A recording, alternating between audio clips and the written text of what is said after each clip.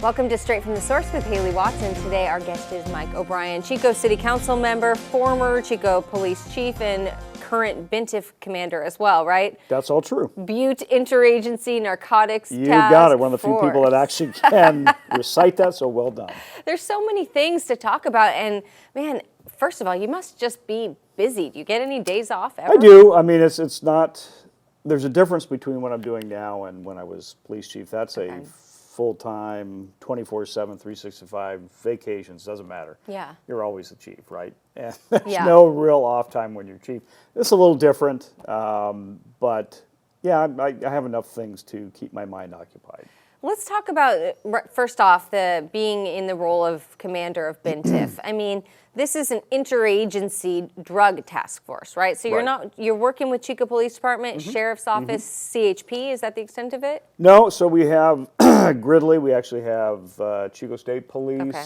we have Oroville Police now, we have the District Attorney's Office. So we really, in Gridley Police Department, we really have a broad representation from all the agencies in Butte County. And so it's been fantastic. Actually, just the last few months, we've added quite a few numbers to our ranks, which has been very satisfying. Okay.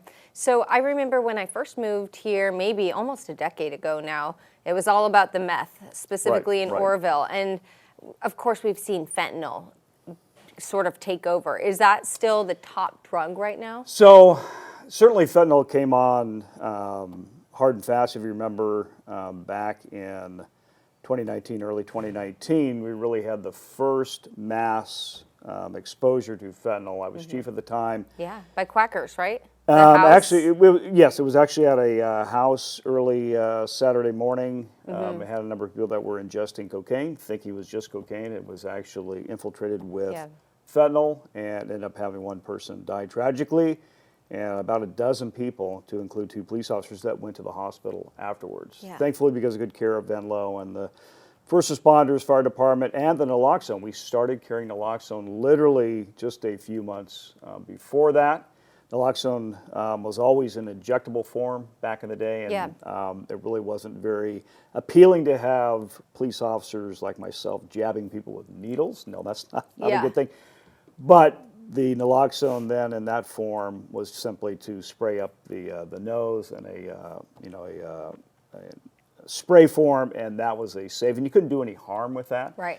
And so I felt it was time to go ahead and pull the trigger. And we actually took a little bit of heat for that because we were the first agency in Butte County to do so. You know, and the questions were, are we then somehow encouraging drug use? No, it wasn't that. We're not passing out syringes. We're not passing out the devices to use narcotics. It was simply something to counteract the effect of that, and there's no doubt that it saved naloxone in this county hundreds of lives, to include those done by our first responders. They're fantastic. I remember that morning I was driving with my son, who was probably 11 or 12 at the time. He just graduated high school now, and we were going to get groceries. It was Saturday morning, and who was it? Jesse, who was on Chico Fire, Alexander.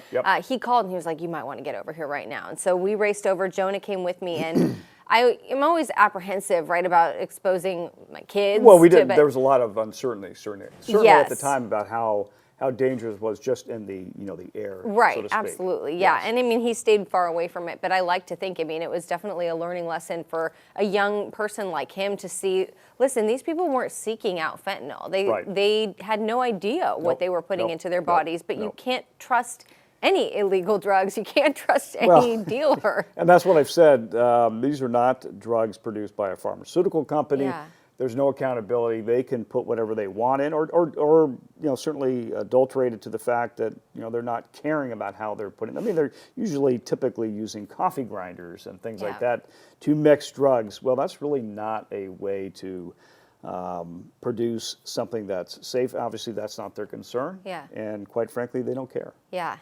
So having teenagers and listening to their conversations, I hear a lot about like how kids get drugs these days. Instagram or I'm sorry, Snapchat, I Yes. think is like a main thing, and there are different symbols that mean Yep. certain things. Yep. Do you guys in the BINTIF capacity, like, do you have a way to monitor Snapchat? We do. So we've gotten on some of those sites and certainly have made cases from that. So we do monitor that like we do all transactions and activity. That's just one way. And particularly for kids, I think that's maybe the easiest way as opposed to knowing a particular dealer or trafficker in the neighborhood or whatever. Yeah. So we do monitor that and have made cases from those different platforms. Well, so you can use it like in hindsight, right, to create a case, but you can't like monitor accounts. Sometimes we can. If we get Okay. if we get wind of a particular count that we can access through different means, then yes, we can then Like work get- a case get a from warrant, that. essentially, to monitor maybe it. get a search warrant or something. But if it's public domain, we can certainly just Interesting. view it like any citizen. Oh, could. that's true, right? Okay. But if it's something that's Yeah. we're having to get into something a little bit more. A little deeper, then yes, we'd have to Yeah. obtain a warrant. So or are, something. are you so social media savvy more so than you normally would I'm be? not. I let the agents that are in their 20s do all that. They Right. do all the work, by the way. They really are fantastic. They know those systems. They know those platforms. So I let them do that, Yeah. and they do a fantastic job. What have you heard about this zombie drug that we were talking? What is it? Xylazine? Yeah, Yes. yeah. So there's a number of different drugs that we're monitoring. ISO, there's some other ones that are new, particularly to the West Coast. It seems like a lot of those start on the East Coast and move their way west, and so that's what happened with fentanyl. We saw it kind of coming Yeah. and moving in a westerly direction, then hit us again, like I had mentioned. So yes, we monitor all that, and the good thing is that we get full toxicology from everyone that dies from overdose. We get that from the Butte County Sheriff's Office, the Coroner's Office. They provide that so we can monitor any trends as it relates to overdoses. Are we seeing any different drugs besides the typical ones? And quite frankly, still the vast majority of people die from meth and fentanyl, those two drugs. And that has not changed for a while. That includes all other prescription opioids and heroin, morphine, all those other drugs. Yeah. Those two, fentanyl and methamphetamine, are the most deadly in this county and have been for a while. What do you think about the war on drugs and the fact that alcohol is historically been legal except for that prohibition time, and we say some are okay, you can get drunk at home, but you can't do this, you can't do that. And do you think the war on drugs is winnable? Well, I don't know. I think maybe we're looking at that a little differently. My perspective is we have to do something. And we should never hold up alcohol as a great and shining example of a wonder drug in society. I mean, certainly we all know alcoholics, right? All the DUIs that are still happening today. I mean, we can't say that's been a shining example of something that's good for our country. Now, I'm not saying that we should go back to prohibition. I'm not suggesting that, or people who use alcohol responsibly, but we shouldn't look at alcohol as the shining example. It's always been fantastic. No, it hasn't been. Yeah. So does that mean that we just forego all our efforts to help people to get off these drugs? That's the other thing I think people need to understand. The laws, particularly for those that are using, not that are trafficking, that's a whole different dynamic. If you're trafficking, you're essentially dealing death, I have no sympathy for you, right? Right. People are dying because those people are profiting off people dying. That's Yeah. not acceptable. But those that are using, one of the things that we saw with Prop 47 was and I want to say decriminalization, but certainly the lesser criminalization of drugs. So let me just give an example. So you are arrested with a bundle of, pick the hard drug, cocaine, meth, fentanyl, whatever. Pre-Prop 47, you would go before a judge, and the judge would ask you, okay, Hayley, this is your first time offending. You have a choice. You can go to drug court, which is rehabilitation, right? Or you can go to jail. It's a felony. It actually was a felony back pre-Prop 47. So you being an intelligent woman, you thought long and hard, you know what, I would like to go to rehab. So you go to rehab, it's expunged from your record, and you never have to deal with that again. You're Yeah. off drugs, you're now healed, and you're recovered. It's a fantastic story, and we have that all the time in drug court. Yeah. But what we did post Prop 47 is to take that same bindle, that same scenario, and make it a misdemeanor. So what that did was, you went before the same judge. You had a misdemeanor case now for your bindle of whatever, fentanyl. You picked the drug, and you're given the same choice. Do you want to go to rehab or do you want to go to jail? You're also, again, the smart, intelligent woman that you are. You think long and hard. Well, this is a misdemeanor. They're not going to hold me in jail for a misdemeanor. I'm going to choose jail because I'm going to walk in and walk out because it's a misdemeanor. And pay a fine, essentially, Yeah. right? And so you then are not in rehab, Right. you are not healed, you are not recovered, and you continue in your addiction. Yeah. That's the subtlety. Sometimes people look at the laws, I think, a little bit incorrectly, because those drug laws were not to put people that were just using into jail. That was never the point. But it was to bring some accountability, to bring some help, and that's what those laws actually did. Right.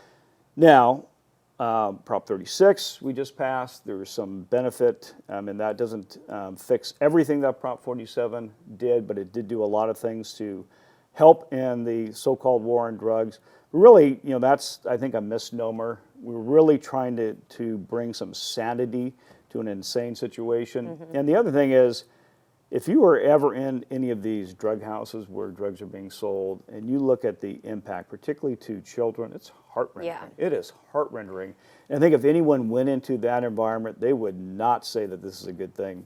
These substances are not good, not healthy for our society, so we have to do something. Is it perfect? Of course not.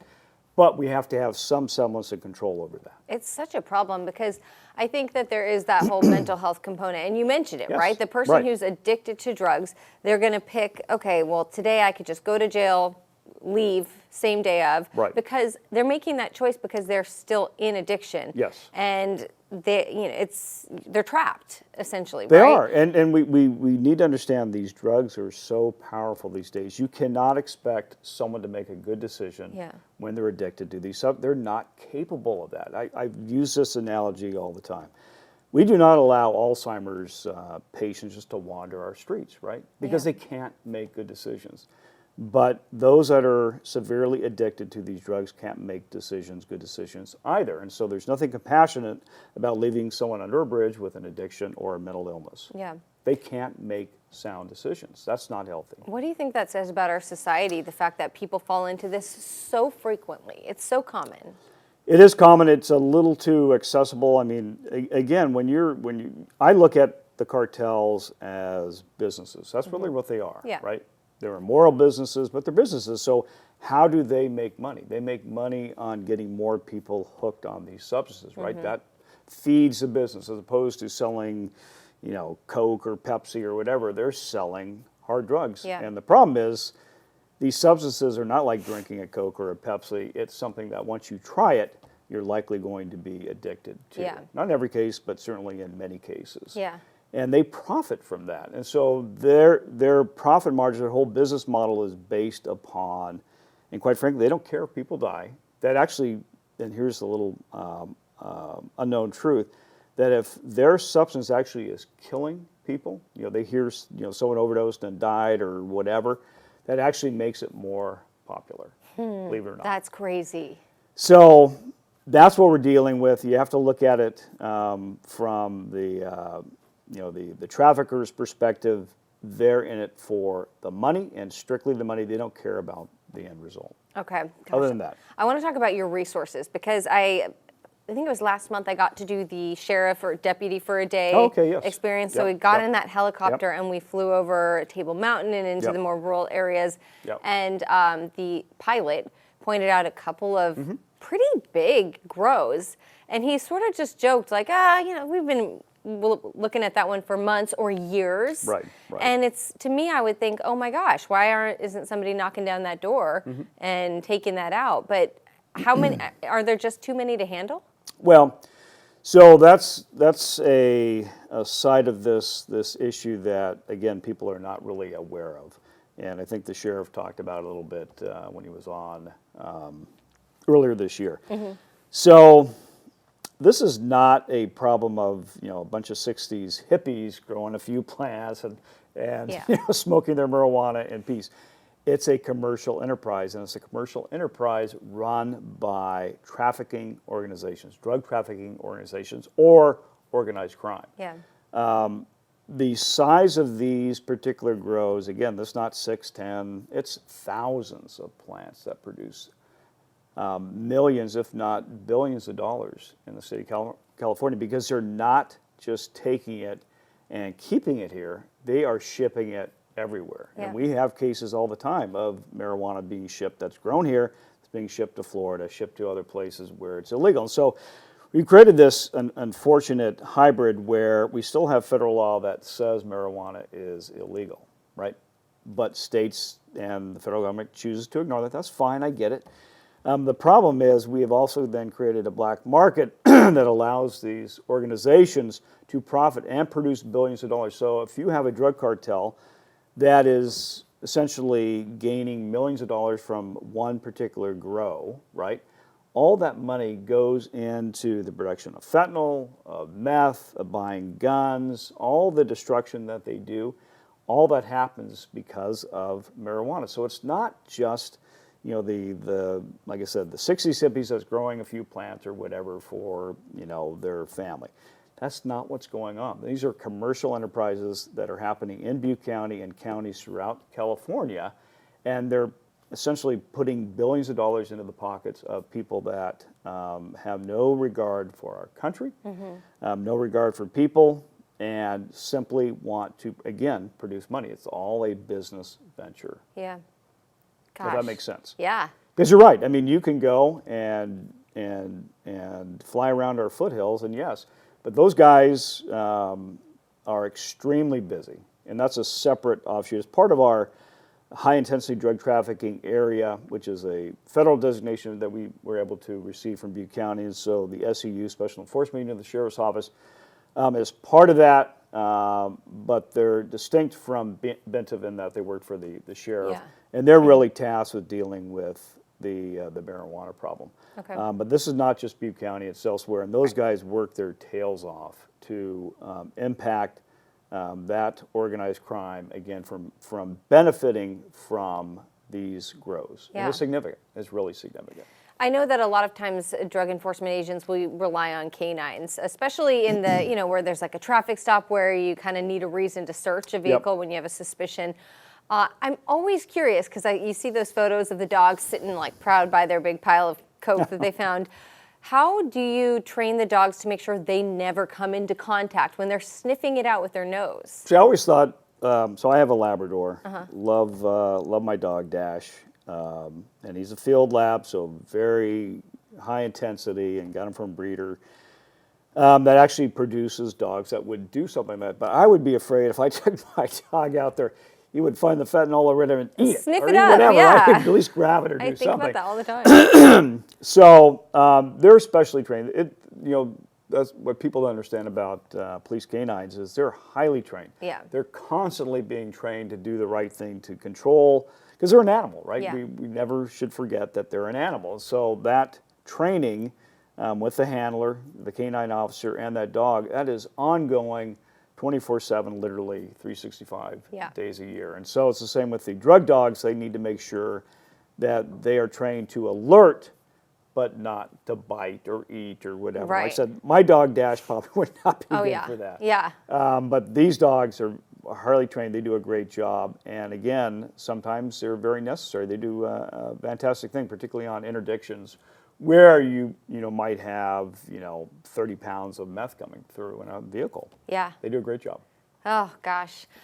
So this drug enforcement essentially is just one piece of what you do. Now you decided to run for city council. What inspired that decision? Oh boy. So funny story. So when I was getting ready to leave as chief, retire as chief, I had a lot of people who wanted me to run. My wife and I were very clear that it was not the right time to do that. Okay. So we kind of held people off and knew it wasn't the right time for us, need a little break. And then, if you remember, not too long after we retired, we had 2 council members that unexpectedly left. Yes. Remember that? Just kind of like, boom, they left, which is really highly unusual. And so I was with my wife and a former city council member who shall remain nameless, gave me a call, and I had that person on speaker, and I'm with my wife, and he said, hey, I want to run something by you. I got an idea for you. What do you think of this? And said, hey, would you like to throw your hat in the ring for an interim council position? Well, my wife, without missing a beat, said, well, that's the stupidest idea I ever heard. Yeah. So. Was this the one who was being like a part-time park ranger and got some flack for it out of state? Well, yes. That was one of them, and then we lost another because they actually didn't live in the state. Yes. Assorted. Right. Yeah. Drama. So anyway, but after that, we laughed about that and decided to go ahead and throw my hat in the ring. So I was successful in that effort. So I was on council for about a year and a half, got a little taste of it. And that was about all I wanted at that time. And so then when it came time to run last year, my wife and I thought, I think the time is right. So I've been in this community, served in this community since 1992. I know it well, went to school here, all that. And I knew the issues in our town, in our city. And so I thought, this is the right time for both of us, because the spouse also serves. That's just the way it is, particularly in law enforcement. Your spouse is right alongside you. I know my spouse has been that way, my wife. So we decided it was the right time. And so went through the process, knocked on a lot of doors, talked to a lot of people, which I enjoy. I like hearing from people. I want to hear about what issues they're facing. And that's the thing in a city council race, I think that is refreshing, is that it doesn't matter if you're a Republican, Democrat, Independent, you're apolitical. If you're affected by something, you just want some help. Yeah. And I enjoyed that, and that's what I did as chief. I had a lot of conversations with people. How can we better serve you as a police department? How can we better serve you as a government? We talk about that a lot, but really doing something, that's the challenge, and that's really what I want to see done, and that's why I ran. When you went door to door, what did you hear the most? Boy, I would say the homeless issue Yeah. was the dominant theme. It wasn't just the only. We talked about roads and whatever, but I think if you were to pick a top subject matter, that was it for sure. Okay, there are some current city council members who I've spoken with who would say the homeless issue is directly linked to affordable housing and a lack thereof. Other city council members I've spoke to who have said too much affordable housing and not enough better, higher quality housing is responsible for the healthcare, the doctor shortage.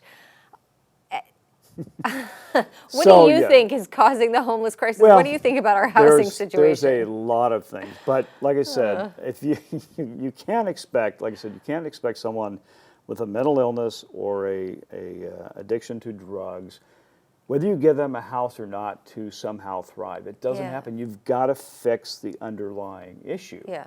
And I think that's where we sometimes miss the boat, is that we think, well, we just throw them in a house somewhere. It's going to fix everything. It doesn't. That's one thing that needs to be fixed, is getting into some type of housing. I completely agree with that. But if you're not addressing the underlying issue that really caused that from the beginning, then that's pretty naive. And just to say it's an affordable housing issue, that's not true. I don't believe that. Maybe for some, but if it's truly just a financial situation, that's really the low-hanging fruit as far as getting those people help. And we have wonderful organizations like CHAT, the Jesus Center.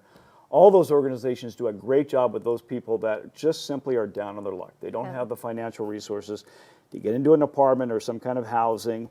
That's different from really what we're seeing. The core of the issue that you're seeing in cities and communities are not those people that are just down on their luck that can't afford something. Yeah. It's people that are typically mentally ill and or addicted to drugs. It's those two things. Right. Typically those two things. And so we have to find ways to better fix that issue for those people, get them help. They need to heal from that before they're going to be able to be healthy in a home. Yeah. Right? You need to look at it comprehensively. It's not just about housing. It's not just about this. It's really about the whole person. And if you don't address that, I don't think you're going to fix that problem. Rehab can be very expensive, whether It you can. have health insurance or not. Are there county or city options? Is there enough? There are, and whether there's enough or not, that's probably a good conversation to have with Scott Kennelly. Those are the people that are really in that business all the time. I just know that that has to be part of a overall effort to get people healthy. Yeah. Because it's not just about having a house. It's Right, about right. everything else that goes along I mean, with that. I think a lot of people don't understand when you talk to somebody who's addicted to an opioid or to alcohol, it's not just making the choice to change your life. It's like detoxing hurts. Well, particularly alcohol is one thing, and I haven't detoxed off anything, but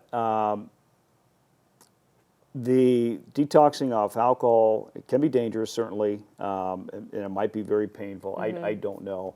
But it's nothing compared, at least from my perspective, hearing from people detoxing from an opioid. Yeah. Whether that's heroin, fentanyl, whatever. Right. There is a abject fear that I've heard from people that they do not want to go through that. They'll do anything to Right, avoid that because right. it's that painful. So you have to have some kind of medical intervention, I think. That's to what my thought is too. ease yeah. that. It's probably not going to be easy no matter what you Right. do, but if you can ease some of those horrible symptoms, then they're going to be more likely then to want to go through Yeah. that. But if you talk to people on the streets, I think they will tell you, I do not want to go through withdrawal Gosh. because it's so painful and so awful. Yeah, we do have a methadone clinic here, right? Aegis. We do or several, something? Yeah. yes, and those are I would defer to medical people. The value of those or lack thereof. Yeah. There's other things as well, but doing something Yeah. certainly something. is better than nothing. Okay. Well, so Mayor Casey Reynolds spoke to one of my reporters just a day or two ago and mentioned that the city is looking at maybe some new legal counsel in terms of getting better clarification about the Warren deal, right? To not try to get out of it, but to maybe do things a little bit differently. Can you tell me more about that? So we've got to be careful. Obviously, it's a closed session item where some things are not allowed to be disclosed. But yes, that's accurate. We're looking at a different perspective of that particular settlement agreement. That would change it dramatically, and we think it's accurately viewed from that legal standpoint. And I think that would benefit our community greatly if the judge agrees with that. So we'll see what happens with that. That's certainly a tack we're taking, and I don't want to get too far into the weeds with that. But yes, because I think everyone's frustrated with that right now. Yeah. Certainly I'm frustrated with it. And just the mere fact that we go and we clean an area, say Depot Park or something, and then you can go back right in afterwards and do the same thing you were doing just literally hours before. That seems to be really not the intent of that settlement agreement. So that interpretation I disagree with strongly. I think that's wrong. So we just need to bring some sanity to that, because right now we don't have sanity in that. I'm always curious about the economic impacts too. For we were speaking to somebody recently who lives right across from Depot Park who was moving out because they said, I don't care if I have to break my lease. I can't live with this anymore. And this is right around the COVID time. We were looking at maybe moving, my husband and I, and there was this home that was on a cul-de-sac right outside of Tykert Ponds. And I parked my car there, and I decided to go for a jog to the park, because that's one of the key things when I'm looking for where I want to live, like beautiful jogs, safe, and walkways, whatever. And I took off, I jogged through Tykert, I went to Lower Park, and I was heading back for the car thinking, oh, we're getting this place. And somebody had broken into my car and just busted out the window. Yes. And so anyways, I mean, it does affect everything around it, not just people visiting the park. And but I've always said that, when you're a city council member, and particularly as a chief, public safety is from my standpoint, primary. Right? If you don't feel safe, where you're recreating, and in your case, you're jogging, where you live, where you work, your quality of life is greatly diminished. Yeah. Right? And unfortunately, some people that are living by some of these encampments have experienced that. In Depot Park, I saw heart. There were some things in there that probably weren't entirely accurate, but what happened was it was really disturbing hearing from someone that lived across the street. And we shouldn't have to deal with that. They shouldn't have to deal with that. And so, like I said, I've always taken that very personally as a chief. I put myself in their shoes. So if I lived there, would this be acceptable to me? And I would guarantee you, if you took 95% of our population in this community and put them in that situation, they say that is unacceptable. yeah. And so why are we having to deal with that in our community? And part of it is I think the misinterpretation of our settlement agreement, and finding some relief from that, I think, is really, really paramount. Okay, we'll see what Another comes thing next that we there. should, Yeah. again, and I've always said, we need compassion, right? We need compassion, but we need to have accountability. Yeah. And compassion should not be void of accountability. We should not just allow our open spaces to be taken over by anyone. It doesn't matter Yeah. who you are. Yeah. And so I'm not sure how we got to the place where that is compassion. Right. That's not compassion. I think everyone deserves better than to live in Yes, a tent absolutely. in a park. That's not healthy. And like I said, in most cases, there's usually some form or fashion of mental illness and or addiction. Yeah. So fixing that helps fix that problem. Okay, let's talk about guns. When I went to Chico State back in 2005, 6, and I was young. I went to the college parties. Never in any of my time out socializing did I ever see anybody have a gun at a party. And I feel like in my time here as a reporter for this station, we've had party shootings, Yep. we've had younger people, my kids and their friends tell me that there are Yep. kids on the high school campus who have guns on them. And yet, California has the strictest gun laws Right, in the right. nation. What are you observing in Chico specifically? I think that's accurate. I've been to hundreds of parties during my time as a Chico police officer, in different capacities. And you're right. Most of the time, what we dealt with were fist fights, drunken people. I mean, some of the parties were pretty large. Yeah. You remember? Yeah. But Oh, yeah. we typically didn't have to worry about someone pulling a gun and shooting it up. Right. Now that's much different. And it's Yeah. not just here, it's everywhere. And we're seeing school shootings, we're seeing things happen, church shootings that we've never seen before. And it's not just about guns. I'm a Second Amendment advocate, but I'm not, ridiculous about, Yeah. everyone should have submachine guns, whatever. No, that's not my position, but I think there is something to our Constitution that says the right to bear arms. I think that's true. But we're missing something. We think it's just about the gun. Because I went to a high school my last 2 years where guys would go hunting in the morning, pheasant hunting or duck hunting or whatever, and have their shotguns on the racks of their pickups and Yeah. park their car in front of the high school. Right. And never did anyone think about stealing it, number one, or using it, number two, ever. Right. Ever. I'm not saying we should go back to those days, but to say it's just about the gun Right. is, think about New York City, one of the most strictest cities as it relates Yeah. to gun laws, and we still have, mass shootings and things of that nature. It's not just about the gun. We have to look at the behavior. What's causing that? I mean, Right. where do we get to a place where that somehow is unacceptable? Shooting up a elementary school. I mean, those are just such horrible things. How do you get to a place where you think that's okay? And I have, of course, just gut feelings and observation is all I'm basing this off of. But there's this link, like why do we have people who want to do drugs, right? Or people who are so angry all the time? And I always feel like social media's got to play some sort of role. I know it has its purposes and it can do a lot of good to a certain extent in terms of communication, but I Yes. think it does a lot of harms too. I think it does too, and I think we live in almost an artificial world when that's all we see. And so there's so much information now. That's Yeah. the other thing.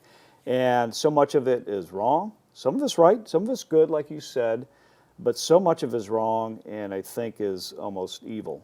And if you live just in that world, then you're not experiencing everything else that's out there, and your worldview is going to be warped Yeah. by that. And I don't think that's healthy. I think we've created a little bit of a generation, unfortunately, with some of those perspectives. If they don't have good parenting that brings them out of that and they're able to have conversations, that's a scary thing. Yeah. Because that world is not real. That's an artificial world, but people are getting those impulses, I think, to some degree from that. I will tell you just one quick story. So I was a lieutenant in charge of our detective bureau, and a young man committed suicide. I think he was 16 or something. And I had this very, very difficult conversation with his dad, just again, heart-wrenching. And he told me, I want you to listen to the music that he was listening to before he killed himself. And it was some kind of speed metal that actually had the lyrics, "You should just kill yourself, you should kill yourself." And it was like over and over. And Yeah. it was just horrendous. And he said, "Can we do anything about this?" And I'm thinking, I wish we could. So think about that and the other forms of social media. This is music. This is, years ago. Think about now how that's now on steroids, some of those Yeah. messaging. And that's very difficult as a parent to see because you wonder what kids are accessing that they Right. shouldn't. Because Right. parents don't always know, Yeah. right? You get someone a cell phone, it's like an open, I know. communication portal.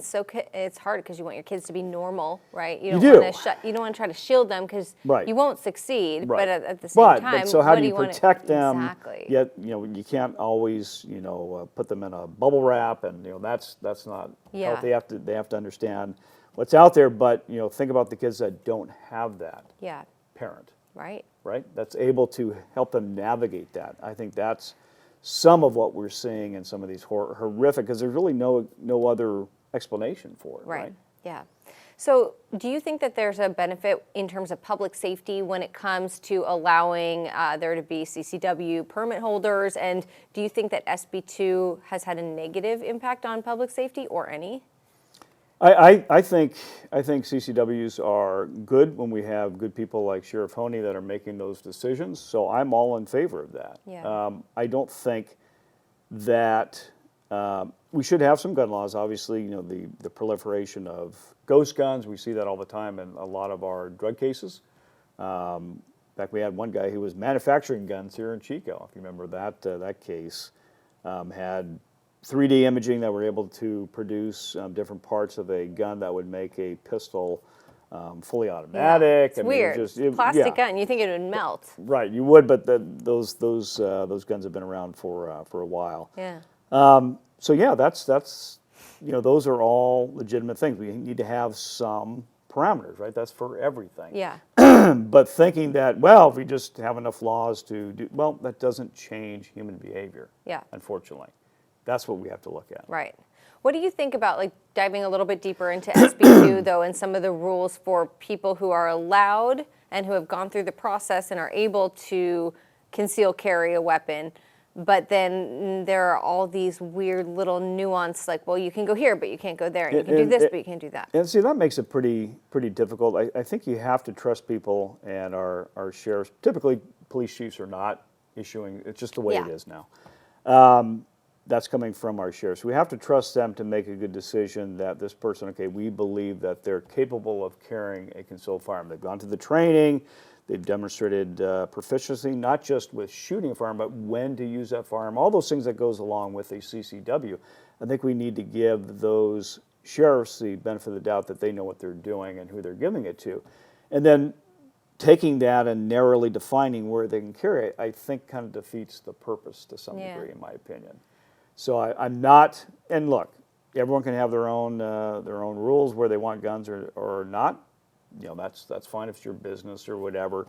But I think narrowly or removing some of those parameters, I don't think it necessarily makes us safer. And I don't think that's right in the sense that we have to trust those people that are giving those CCWs that are going through the training, that are demonstrating, again, judgment, proficiency, their records are reviewed, all that, and then restricting the very thing that we're giving them the right to do. Yeah, okay. So I think you were police chief at the time when the park rangers went from being part of Public Works, right, into the police department. Yes. How did that go, and how do you think it's going?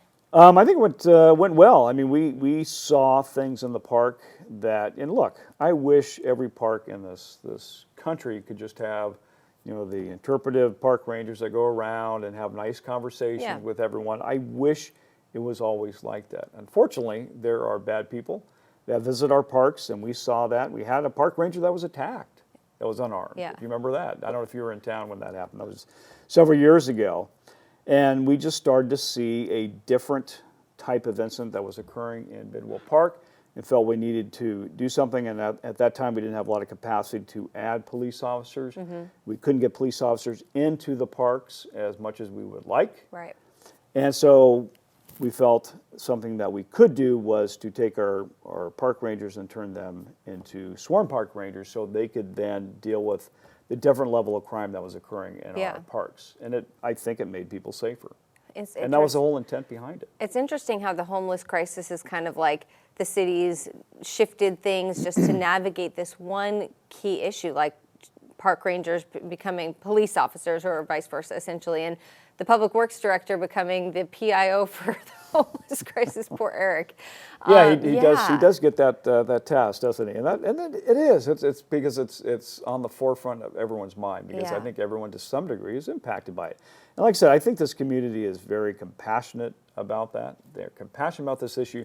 They don't like to be taken advantage of. They don't like to see our open spaces, our parks, those places harmed Yeah. by that. And I remember hearing about syringes in during soccer games.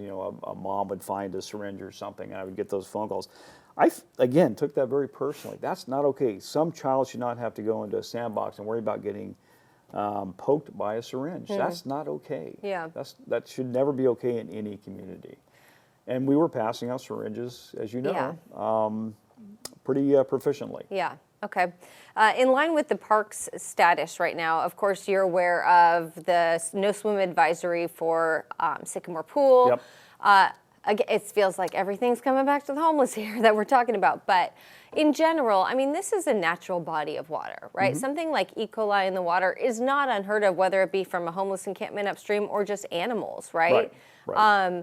Do you think that people should just kind of keep that in mind in any sort of like creek running through Chico, or do you think that there's a severe situation going on in Big Chico Creek? I mean, certainly E. coli is something you have to pay attention to, but there's other things in bodies of water, particularly that during warm months. Shigella last year was the thing, right? What's that? Shigella, I think, was an issue That last year. and Giardia, there's some Yeah. other things that, and I know some people that have gotten that, a dog that had that. Yeah. Those are all very serious things as well. So for me, in the summer months, I would want a body of water that's cold and safe and all that. Or chlorinated, like the aquatic center, right? Something like that. But, it's been such a tradition. People like to swim there, but I just think we need to be wise about that. And we don't know the origin yet, at least not that I've heard as city council member. Yeah. Is it human origin? Is it animal origin? I think there's testing being done right now. Yeah. Is it geese? We don't know. And so, before passing a judgment on what's causing it, we need to be careful. But I think, like you said, we probably should think about what body of water we would swim in, particularly in August, July, when the water's warm. But that's when people want to swim, right? Right. So that's the problem with that. Yeah. I'm excited about that aquatic center. That's a card I think thing, that's fantastic. right? Well, CARD is doing, if we just real quick, they're doing some fantastic things in our community. They run our parks really, really well, and that's why I proposed as a city council member, I wanted CARD to come in and run some of our parks. They can do some really fantastic things with some of our spaces. Not that our guys aren't doing a great job, because they are a parks department, but they have the capacity. I think the term is, we know how to have fun, right? Yeah. We know how to put things together Yeah. that is fun for the community. That's really not the city's job. We're good at maintaining and those kind of things, but they can come in and do some things that we're not able to do. Yeah. And so we propose that, waiting for that to come back to council. I think that'll be a good conversation to continue. What are you most excited about in terms of the direction the city of Chico is going, the positive things? Well, there's a lot, and number one for me is public safety. The issues related to certainly police and fire; those are near and dear to my heart, as you might imagine. But I kind of surprised some people, I think, being a retired police chief, when I pushed for the addition of Engine 1 for our fire department, because I know they need capacity. These are great guys and gals that work for our fire department, but like any organization, they need capacity. And what people sometimes don't understand about fire service is it's not just a standalone island. Law enforcement, unless there's something really big going on, we pretty much handle between some of our local agencies if there's something a little bit larger. These fires are so massive. Think about the park fire from last year. How many resources had to come in from outside not only this region, but outside the state to fight that, because that was going on for weeks. And they need capacity. And it's not just for us, but if we're sending firefighters, as we need to do, to fight the fires down in San Luis Obispo or wherever in LA, wherever it happens to be, that reduces our capacity here in our town, right? And they rely upon that mutual aid. That's how fires are fought. They have to be fought that way. And if they don't have capacity, our Chico Fire Department doesn't have capacity, they can't do their job fully like we would want them to do. And we want them to be able to do that. And I think that is something that's very important, something I'm very excited about. We're adding to the fire department. The police department has been doing great. It's been very gratifying to see Chief Aldridge do so well. Both he and Chief Madden, two of my captains, both became chief in Chico, so I'm very proud of that. They're doing a great job. The men and women of the Chico Police Department, fantastic. So they're doing a great. So public safety is doing really well in this community. But we do not want to take our eye off that ball, because that's something that can change very quickly. You start losing officers or firefighters for whatever reason. We want to make sure that we keep public safety at the forefront. That's the foundation of any community. But also our roads. You're seeing a lot of projects. I know where you live in that area, you're probably having to navigate the orange cones and all that. And that's great. And some of those projects are not just the city, it's the state, but there's really a lot of wonderful road projects that are going on. And our roads were in disarray for years, and now to see them being repaved and being repaired all over the place is really gratifying to see. And so those are things that excite me. And then I think taking that and then really hearing from our community. Like I said, that was something that I enjoyed as a police chief. I'd walk downtown, walk in different areas, go to neighborhoods where there were issues. I wanted to hear from people, because it's not an issue of just solely for a Republican, a Democrat, a independent, someone it's just for everyone, right? And it doesn't matter, what your political persuasions are. If you're impacted by something, you just want some help, right? And that's what we should be as government, is responsive to those issues. We can't fix everything. Government is not designed to fix everything. But there are some things that we can do that will make life better. Okay. Mike O'Brien, thank you so much for being here. Great, well, thank great you. talking to you. Nice talking to you, Hayley. Thanks for listening today. I decided to offer this podcast after enough of you let me know that you wanted a deeper dive into certain stories than you get on our TV broadcasts. We elect certain people to represent our voice, but who are they really? My hope is that this podcast answers that question. I love your feedback, and I want to know who you'd like to hear from next. Just fill out that comment section and leave us a review on Apple Podcasts, YouTube, or Spotify.